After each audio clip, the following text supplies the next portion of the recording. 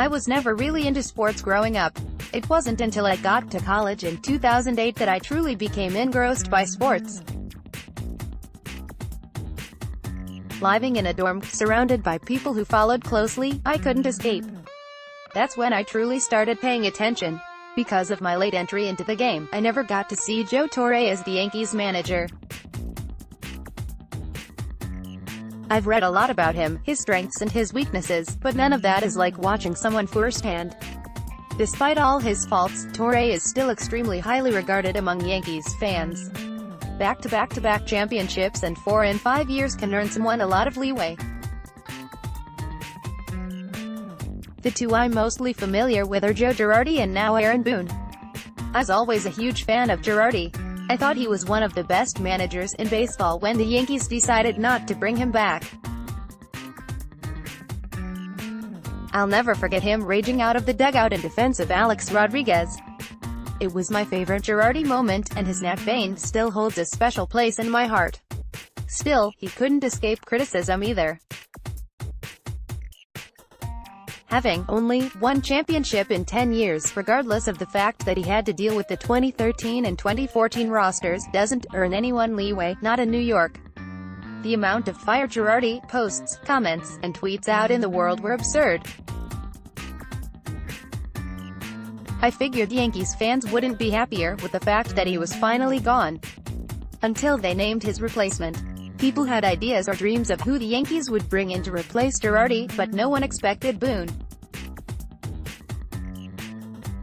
Front offices have shifted drastically over the last few years, and they have more say on in-game decisions than ever before.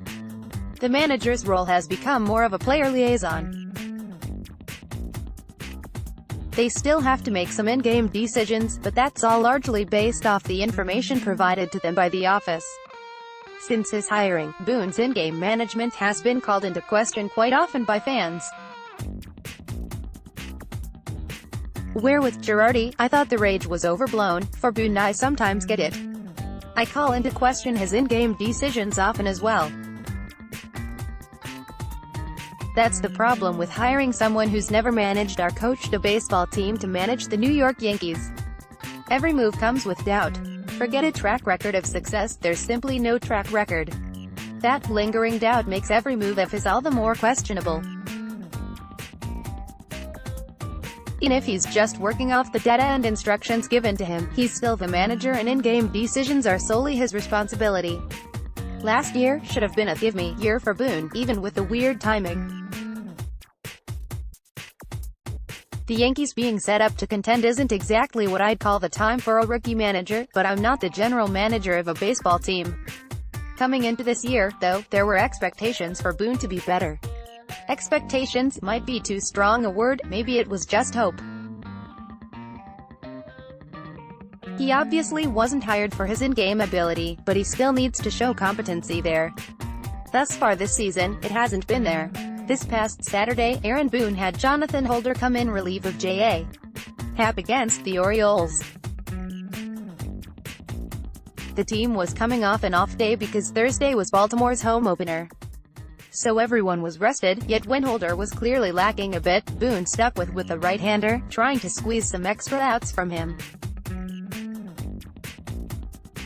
Why? Who knows? On Monday, Boone did something he's been doing often in the early goings this year.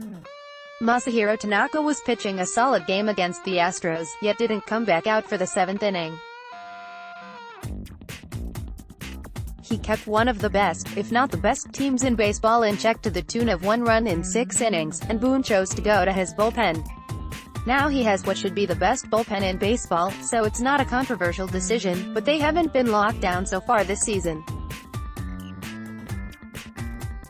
Tanaka, meanwhile, was only at 78 pitches when he was pulled.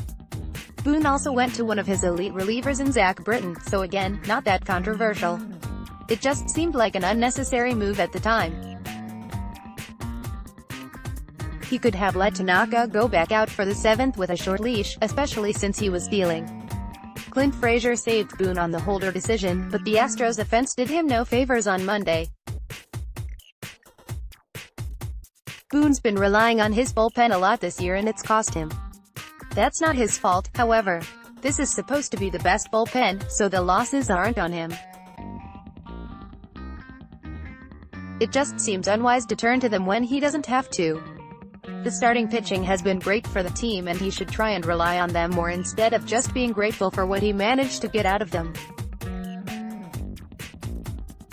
His fault or not, he has to be better at putting the team in the best position to win and knowing what's working and what's not.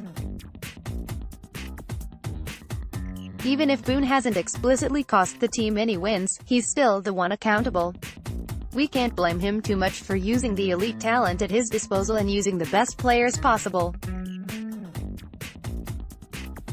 Through all these questionable decisions, Boone strongly has the confidence of his front office and most importantly, the clubhouse. Again, Boone wasn't hired for his expertise managing baseball games and most of his decisions are made for him before the games even start. He was hired to manage the relationships of his players and make sure they are put in the best position to succeed. Girardi's biggest public flaw was his relationship with the players, especially the younger ones. That's why he wasn't retained, and that's what Boone was brought in for. He's seemingly at least doing a great job at that. It's been exactly what the front office wanted when they brought him in. There's still time for Boone to turn things around with regards to the in-game decisions.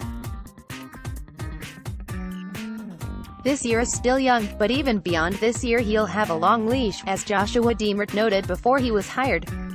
He has the clubhouse's confidence because of what he does behind the scenes, but he has plenty of work to do in order to get Yankees fans feeling great about him. If he keeps making decisions that directly or indirectly hurt the team, he could eventually lose the clubhouse too.